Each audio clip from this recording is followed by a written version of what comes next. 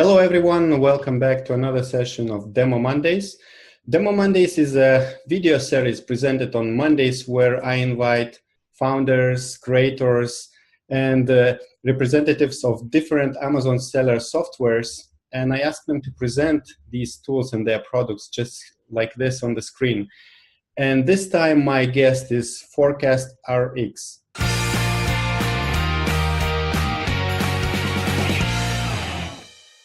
And ForecastRx is presented by Director of Data Analytics, Brandon Carbone. Hello, Brandon. Hi, Augustus. Thank you for having me on. Nice to meet you. And could you introduce us? What is ForecastRx and what problem does it solve for Amazon sellers? So ForecastRx is first and foremost a demand forecasting platform. What we do is we run basically all of your sales history of an item, of every single item in your catalog through about 100 different forecasting algorithms. And then we create hybrid models for each item so we can forecast your demand out up to 12 months. And then we use that data to help you determine your reorder points to make sure that you're never running out of stock. Again, they can mitigate out of stock situations. We can also handle seasonality and a host of other issues that people have run into forecasting, and we do it a lot more efficiently than an Excel spreadsheet. I think it sounds like very complicated formulas behind, so it's very nice to have a tool which can kind of automate the process. And what kind of users are you targeting? Are they beginner sellers or advanced? So we can handle pretty much any user. The only thing that we do like to see is if they would have 3 to 6 months of sales history. Because it is a data-heavy solution, more data is always better, especially in any sort of data analytics. So we prefer to have at least 3 to 6 months of sales history on at least some items to start. The ideal point is to have at least a year so we can really get reliable seasonality readings on some of them, on some of the items that there are. So, we can go from about 3 months, and we can analyze up to 4 years of data. So we'll take your most recent 4 years, even if you've been in business longer than that. Sounds nice. And what marketplaces are you covering at the moment? So we're currently in North America, all the North American marketplaces. We are looking to expand very soon to the EU and UK. And if there's demand past that, we can also very easily get there as well. Yeah, I'm sure there will be a big user base coming from Europe. Yeah, we're expecting it. So and getting ready. So yeah, basically the user must link your Amazon account with your software. How long does it take to pull the initial data and see the first reports? So, we use MWS and we'll pull that information. It depends on the load on Amazon servers. A typical user, it's between, 2 hours to, it could go up if we're pulling in 4 years of, if you have 100,000 different items, that can take a little while depending on Amazon. However, after that initial sync, our subsequent syncs take between 5 minutes and 10 minutes, and we run them automatically each night for each of the users, so they don't need to do that on their own. All right, so I think we're ready to look at your interface. How does it look and how to use it? Okay, so as you can see here, this is our dashboard and user interface. We have 3 major sections. We have the receiving, which is items that are that have been received inbound by Amazon. We also have the purchasing section, which is the main section of the application where most people are doing the majority of their work. And then we also have the manage section where you can handle and tweak all of the forecasting inputs. That's easy. That's where you'd put in, your lead times, order intervals, desired service level for each item, so we can determine safety stock that we recommend that you keep on hand. And we can also take into account minimum order quantities and a few other parameters as well to make sure that we can look at the totality of your purchasing. And each of those settings can be set on the vendor, the company-wide level, or even down to each specific item. So if a particular item has a longer lead time than another, even from the same vendor, we can handle that as well. So just to start off here where most people will be, what we have is, each time that we run a forecast, we're creating suggested purchase orders by vendor for the analysis of every single one of your items. So if I just wanted to look and be like, okay, this is my vendor that I want to place a purchase order for, you can see how many products there are on that purchase order, the total quantity, and the total cost as well. So I'll select this one, and you can see that we have each of the items. This is all pulled in from Amazon, this description, and then also the date that we expect it to arrive and the projected out of stock date. Then we have a whole host of columns here that you can customize your workspace. Again, you can see all of those things that go into your forecast. If you want to look to see, what your recent sales are, to add context to the purchasing recommendations, you can see those. You can see how many sales we're actually projecting out over that ordering horizon. You can see if you want to tag a particular item in a certain way to group products together, you can do that. And then you can also see how much of the demand we're expecting as safety stock and as projected sales. So there's a lot of things people can do to really, verify what we're giving them. Once people develop trust in the system, they will typically just go in here, give everything a once over, and then place their purchase order. So yeah, and you can see that here. How many days you have left to order is also available. So we can give you a countdown of being like, okay, you need to order this 7 days from now to not run out of stock. We can do that. Another major feature in purchasing is, you can see here, this details column. You can click on the button here, and this will load an item card for each of the items, which will hold all of the data actually in all of these columns. So I'll just click on that here and we should have it load. So as you can see, we do have the item card here, and these have expanding areas. So this is the 4 years of sales history for this item, are these green lines. And then this blue line is actually the forecast, our projected sales for the next 12 months. So this is the forecast that we're going to use to help you order. This forecast is updating constantly when new data comes in. So this is what we're projecting now. If you have like a huge sales spike, we might see, a little bit of change to that. However, we do mitigate anomalies very well. The algorithms have that inherent to them. So what will happen is, if you do have an out of stock period in the past, we can ignore it. If pretty much any anomaly that happened, if you ran a one-off promotion that isn't expected to occur again, we can also mitigate those issues as well, so they don't affect your purchasing in the future. So you can see here that we have, recent historical data for an item. You'll be able to see, what are your 7-day histories, year to date, what have you sold in the past 365 days.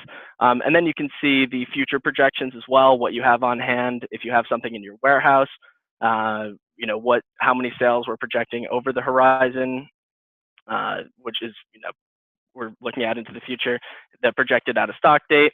And then also some information about if you've modified any of the item history in this, which you can do, to if there's any real extraneous information or outliers to the data set, you can make those modifications as well. So you can know if you're looking at clean data or not. You can also see the additional ordering parameters down here.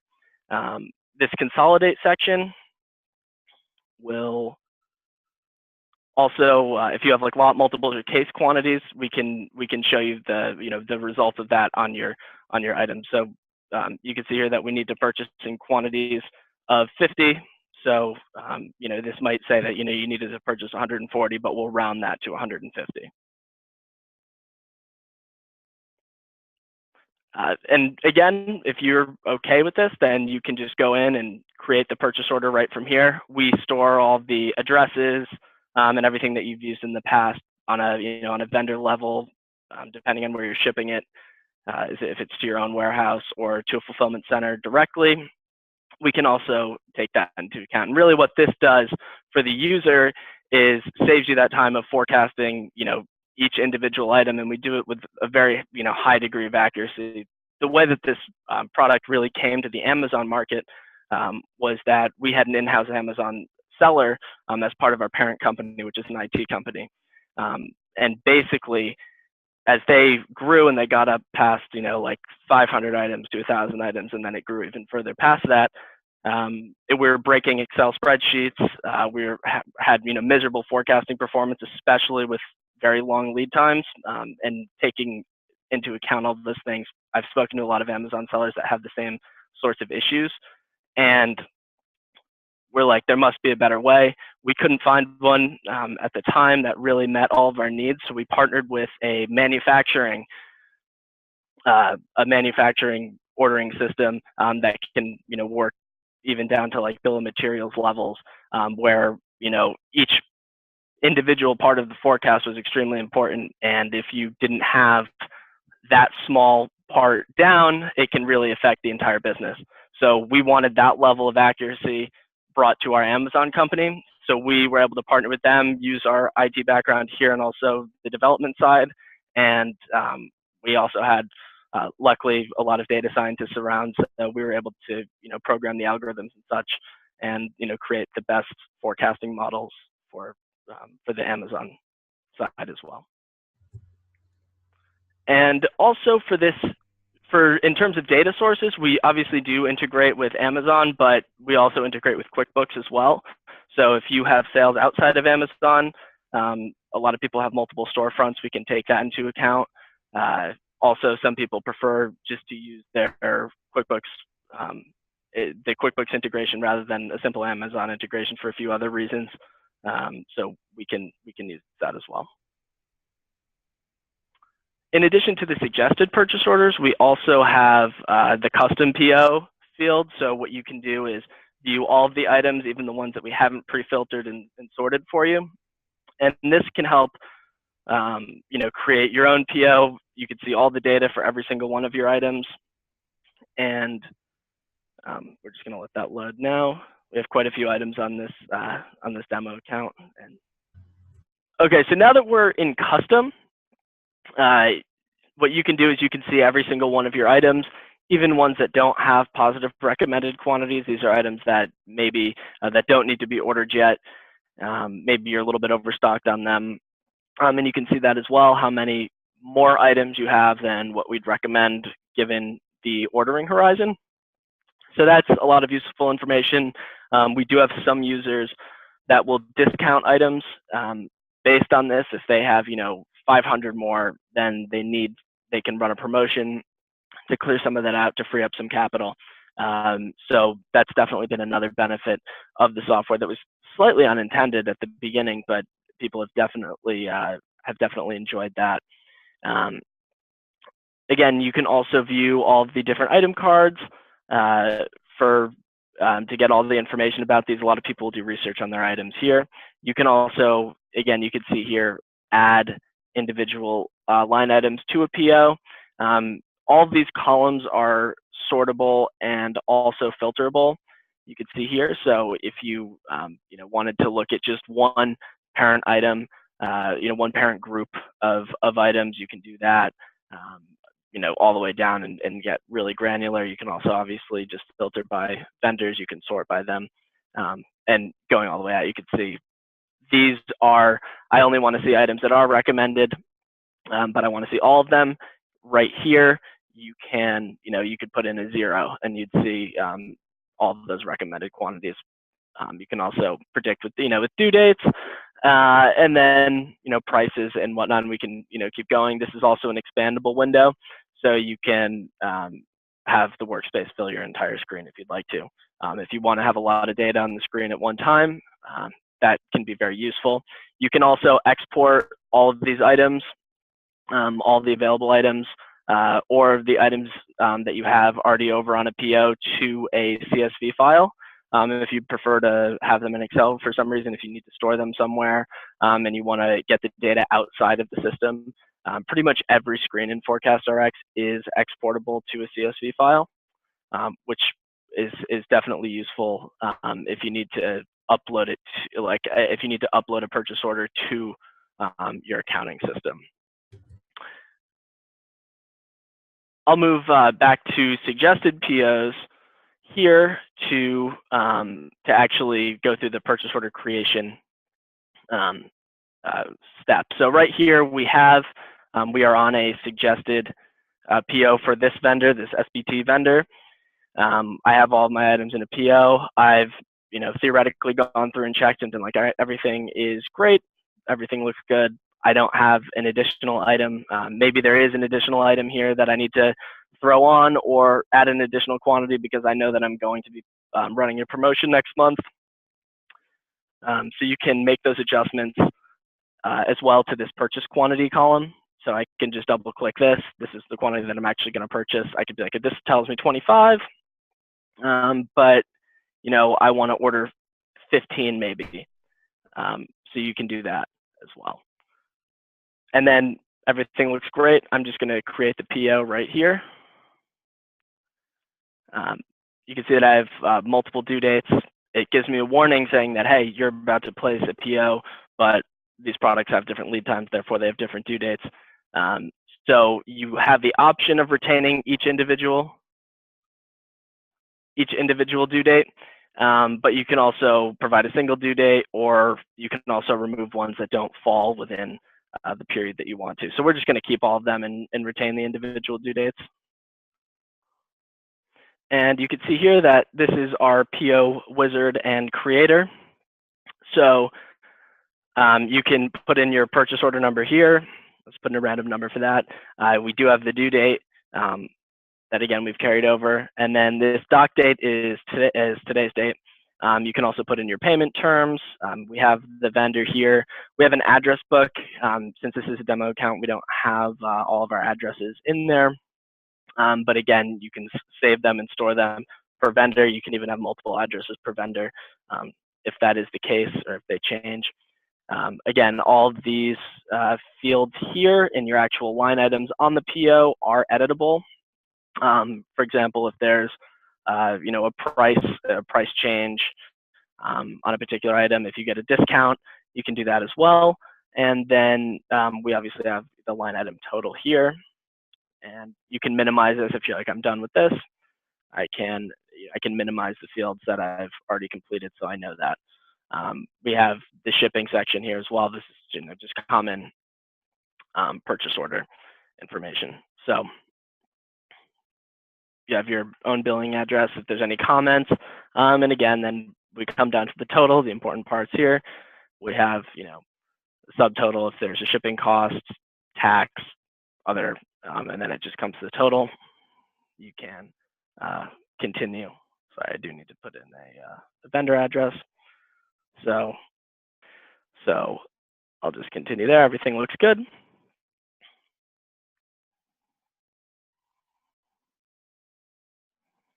And we should be okay. And what we will also do is let you know if any of the items that I've put on this have violated a particular MOQ or lot multiple. You notice when I did make that change earlier, I actually knew that I would do that, that I did purchase less than the proper MOQ and lot multiple for that. So I'll switch these over to being the proper quantities. Just a last check again to make sure that you're purchasing the right quantity. So we have that. And you can preview your purchase order in a PDF. We create the PDF for you that you can just send right off to your vendor. And then we store that PO in the application. And can we look at the PDF? Yes, we can. So you can see here that after I've created that PO, I can find it in my saved PO section. You can delete, view, edit from here. You can see everything that you've placed in here. If there's something overdue, you can find that as well. If I just want to view it, I can click this. And I can see the purchase order. We're going to have your company name up here, the address of the company. Obviously, your due date, PO, and we'll have all of the line items as well. And then down here, if there are any comments or special requests, obviously I left these blank on the initial creation, but those will be there. There are a few things, obviously, that I did leave blank just for the sake of time, but everything that you do have will show up here. It looks beautiful. Oh, thank you. Yeah, and it's and again, you know, people will just export this to a PDF, ship it right off to their suppliers, their vendors, and then download the CSV file version of it, and then just upload it into their, you know, accounting system, or keep it on record if they need it, or transfer it over in some fashion. So obviously you can see what happens here. We just place that PO. Now on the other end of it, we can go here to receiving, and we're just going to load the information here. So what we will do is we'll pull in all of the shipments, the individual shipment IDs of items that have been received by Amazon. You can again sort these by the date, and we'll let you know if you do have a PO outstanding for this item, for the items that are in there. If you have a warehouse quantity that's available, you could have shipped some in from your warehouse. Well, you know how many line items were on that, how many were received, and then obviously you'll see here how many have been reconciled out of that. And the reason why we have this portion of the application is, number one, because it helps us provide the most accurate forecast. So we don't want to double count anything. So if you have, you know, an item on the PO in the software, you purchased it, you shipped it in. Now that it has actually arrived at the Amazon facility, you know, after it gets checked in and it gets put into your the on-hand inventory inside, it's part of the warehouse quantity. You can then obviously reconcile that off your purchase order. So if I just want to look at this one here, you know, this was received. I see each of the line items. These obviously had the PO quantities from what I just had, so I can just reconcile all from my purchase orders and then just confirm it. Yep, everything looks good. And it'll reconcile. Obviously, these ones did not, because they have received quantities here and we don't have anything on PO or warehouse. You still can close these if you actually go like, okay, I've already accounted for it in another way. We do upload the corrections that Amazon sends us. As we all know, they sometimes check in more than what you sent in, or fewer. And you can do that here. So if a particular shipment gets updated, we can also take that into account. Another benefit of this system being that way is we can see if, you know, if you say you sent in 100, Amazon checks in 95. Some time goes by, they didn't, you can open up a case and get that handled with them, and obviously get your money back. Or you know, they'll obviously, you know, depends on how they want to provide restitution for that. So a lot of people have saved, you know, quite a decent amount of money in Amazon, knowing how many were actually received versus how many they sent in. So we do provide that as well. You can also receive by each PO. So if you have a PO that has been received here, and the by PO number, you'll be able to see, you know, what POs are outstanding. This PO, obviously, if you have multiple of them, it would probably be more useful. So if you have a bunch of POs and you'd be like, okay, I do have a shipment quantity that still can be reconciled off of this. This is how many were ordered. This is how many are still open. I've reconciled 60 of them. So you could see if you still have any POs that have open quantities, which is useful in the same way that I mentioned earlier. And then we store all the closed POs that you have, and also closed shipments. So if you ever need to undo something, if you make a mistake, you can handle that here. I don't have any ones closed on this because, again, we only have this one PO, and that one shipment isn't completely closed out. The last section of the application is here in Manage. And this is, again, the company, this is where you put your inputs that we handle your forecasting with. So you can see here how much data we have, total number of items, total number of lines of demand.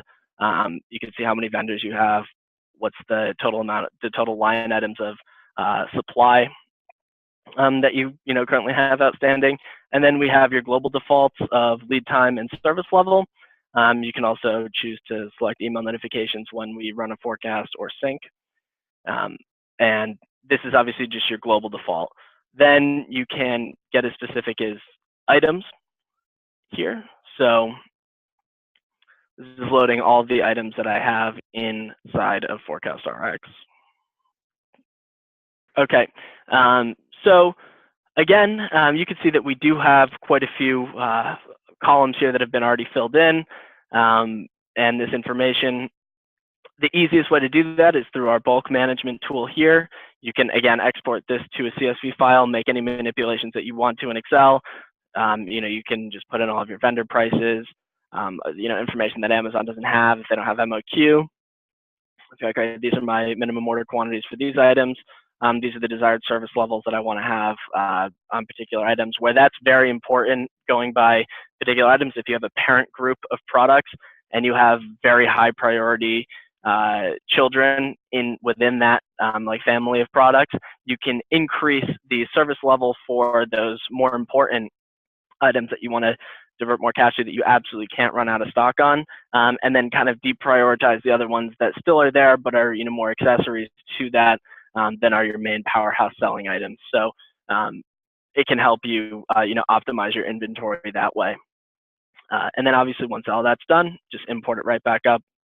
We'll have that information, run the forecast up here, and everything will be updated in the application. Forecasts typically take between 30 seconds to a minute to run for everything. So that forecast button is basically people have to click in order to run the algorithm, right? Correct. So again, we run this every night after we do a sync. After we sync the data, we're going to reforecast with that new data. However, if you do make changes inside of the manage section here, if you change the name of a vendor, or if you change the price of an item, make any changes to the minimum order quantities or whatever, you're just going to want to rerun a forecast, and then that will update all the information inside of purchasing. So everything will be, and we do have some reminders if you haven't done that. Okay, I see. Thank you. You can also hide items that you don't want to forecast. So if you still have an item that's live on Amazon, but you know that you're going to be discontinuing it, you can hide them, so we won't tell you to reforecast them, but we will still collect data on that. If you want to bring that SKU back later, we're still going to have all of that data collected for it to be able to reactivate it, which is nice. A lot of people, if they do have some highly seasonal items and they want to take it offline and replace it, or they have a phase out item, they can, we'll collect the data from that phase out, and then we can actually use that information if you're going to release like a new version of it, which is nice as well. In the modify item history section, we can really use all the data for your products to create new forecasts for new items. So if you have a new color of a particular item coming out, we can, before you even have any sales information for that, we can kind of create a forecast for you based on historical data of other items. And then as more data comes in for the new item, we still are drawing from that history, but we're weighting a little more heavily the new history, the new sales data as well. People have found that especially if they have 1 year items, things that expire, or on the electronics field, on planners, calendars, things like that, where they're turning over their SKUs quite a bit, but maybe the cover of the calendar is the same. That copy history function has been invaluable to them, so that we don't start from nothing. And then vendors is kind of the same thing as this. We're just going to have each of your vendors, their parameters. So again, we have company level settings, which are the broadest, which are then overwritten by vendor level if it exists, and then the vendor level will be then overwritten by the item if the item level parameter of that field if that exists. So we can again get as granular as you want to in the forecast. I'll just show you guys the modify item history here, just quickly. So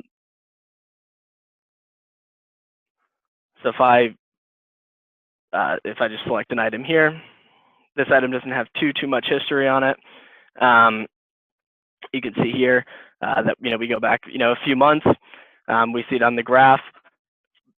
For example, if I notice that on this item, hey, I went out of stock in July, I can make that change to here and say I should have sold 5 of them, and we'll update that. We'll show you that cell, you can see here that updated, that this cell has been modified. You can also, if you have a year of sales history on an item and you want to emphasize seasonality on it, if it is a highly seasonal item, we can also backfill the history out with that seasonal data. So then you will get more seasonal forecast results if there isn't a ton of data to prove that yet. Obviously, if you do only have 1 year of sales data, we won't know if a sales spike is due to seasonality or due to just an anomaly.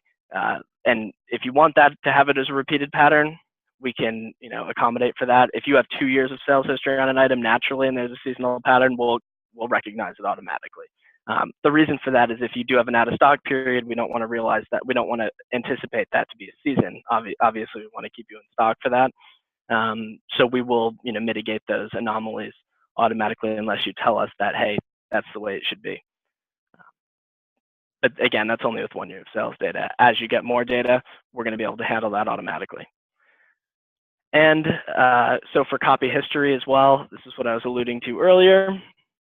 If I want to copy this is, say for example, this item that I'm on is a new item. I want to copy history from one of these legacy products. I can just pick this one. It's loading the item, and then it's like, okay, this is the way it should be. I can make any modifications I want to that history. Be like, okay, I know that it's going to be a little bit less because it's a new item. We can make some changes to that. Continue. They'll import as these overrides, and then you can just copy the history, and the item will take on that history. You can also easily revert back. If you have enough data on an item, you can just delete it automatically or remove the copied history, and we just use the real history from that item. So you can really get pretty detailed with all of these in specific as much as you want to. As soon as you have a decent amount of data, typically there aren't many manipulations that have to be done, which is nice. It becomes very automatic, and we can just handle everything ourselves. And that is pretty much the application. Definitely the purchasing recommendations and our forecasting, we believe, are top in our field. We definitely have all of our customers have seen huge results. Definitely better stock order performance while still having less money tied up in inventory. That's our goal, is to give big business forecasting capability to small and medium-sized businesses and businesses of all sizes. So yeah, that's great. I think you are solving a great problem for Amazon sellers. So if we are done with the demonstration, can we go through the pricing? I can, actually. You can see here we have. You can see this is our pricing page. We have plans for businesses of all sizes, up to 250 SKUs. It's $99 a month or $999 a year. You basically, when you sign up for a year, you get 2 free months. This is our standard pricing. You can see this across the board with what we service. If you have over 10,000 items, we can work out a custom plan for that. We also have a free 30-day trial for all tiers, and that's full service. We have that you get every our full customer support at all times.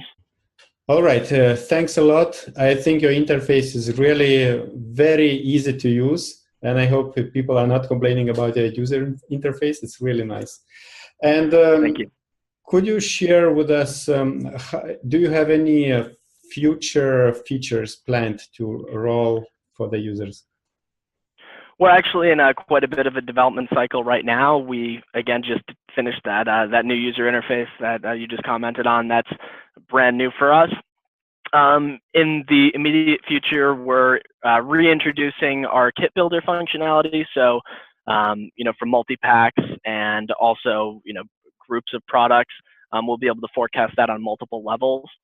Then we're also adding, which I'm working on, is even more forecasting enhancements. So we're shortening basically how many observations are in a particular period, so we can react even more quickly and more accurately to things that happen in your business. As more data comes in, immediately we'll be able to adjust to it and react even faster than we already do. And we're also bringing in more machine learning and artificial intelligence algorithms as well. So that's coming along. We already have quite a few in the application, but they're, with the as technology is getting better and better, we're able to take advantage of more and more of those. So that's coming very soon in the next couple of months. And that same development sprint for us, we're also adding more business intelligence features. So because there's so much data on Amazon and we love data here, we're going to be able to use, we're going to have profitability forecasting, be able to do more comparisons across items, pretty much taking all of that data and bringing it into, our expertise and know-how, and being able to make it digestible, but also, very powerful for the user. That's definitely, my passion here. And there's a lot of opportunity for us to do that. That's definitely coming along. Then, in addition, we're also bringing in a replenishment portal for short-term ordering as well. So right now, we can forecast out up to 365 days, but we have that all in one shot. So it's like if I want to use it for ordering, I have a 90-day lead time. We can do that. We're going to add another level to it where we can handle your long-term ordering and also your short-term replenishment if you have that warehouse that we do have in the system. So we're going to be like, okay, this is what you need to order. You can, extend out your ordering even further and then still handle with the same accuracy that we have the short-term replenishment. So we're going to get some very highly optimized short-term algorithms as well that we're working on. So that's coming very soon. We have there's quite a few things. It's going to be more data integrations and obviously more marketplaces like I mentioned earlier. There's nothing that's really preventing us from doing that. It's just that if the demand's there, primarily right now it's in North America. Hopefully as we continue to grow, we're going to get elsewhere, and we'll just be able to integrate those marketplaces as well. The information's there. We're just we'll need to get a chance to use it. Yeah, it's great that you are not stopping. And no. For people who are using your system or who have questions, pre-sale questions, what's the best way to contact the support team? So there's a few ways to do that. We have on our website, www.ForecastRx.com, you can schedule a meeting with a sales representative. You can schedule with a support representative as well. And you can also email us, sales@ForecastRx.com or support@ForecastRx.com. We'll be able to get back to you. Our typical response time is less than 5 minutes probably for any inquiry like that. You can also submit a ticket. Pretty much anytime that we're not sleeping, we're going to be ready to stand by to help. I love super fast support. It's great. That's good. We recognize that. I mean, there's nothing more annoying than waiting 3 or 4 days for somebody to get back to you, and by that point, the problem's either gotten worse or it's an emergency for the business. We don't operate that way here, so we'll get back to you as soon as possible and remedy if there's any issue. If you have any questions, we typically will have a few people ask us questions, especially in the beginning about the forecasting. I'm happy to get on a call with them, and even we can get into more depth about the math and things like that if they want to, or I can keep it at a broad level. So it's nice, and it's also fun for me to explain that to people. A lot of people like to just learn about it. Great, thanks a lot. And do you have any offer for Demo Mondays viewers? So yeah, we actually have 2 offers for Demo Monday users here. We have 50% off the first month. If you want to choose that, or if you sign up for an annual subscription, which again, you already get 2 months free, we're going to add an additional 15% on top of that. So and again, we even with these offers, you still have the 30-day free trial. So if you have 250 items or less, you can get 2 months of really high quality data science for about $50. If you want to do that by a month, or again for that year-long subscription, you're going to get 15% off what we already have is 2 months free on that as well. And how can people claim this offer? We're going to have a coupon code, Demo Mondays 50 for the first month coupon, or Demo Mondays 15, which gives you the 15% off the annual. Thank you very much, Brandon. It was very interesting. Brand new software, I understand. It's very important for Amazon sellers. And good luck in your business. Talk to you later. Thank you very much. I appreciate it.